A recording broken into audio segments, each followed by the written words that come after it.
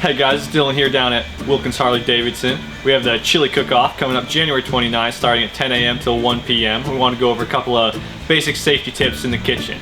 Rule number 1, assume everything is hot.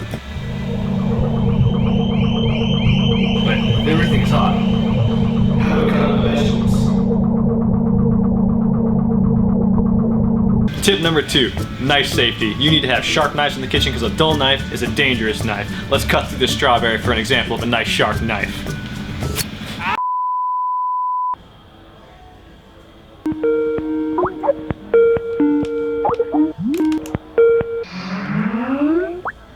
Hey guys, sorry I had to cut the show a little short there.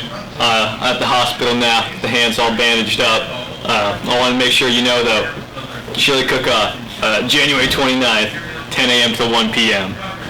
I hope to see you all there.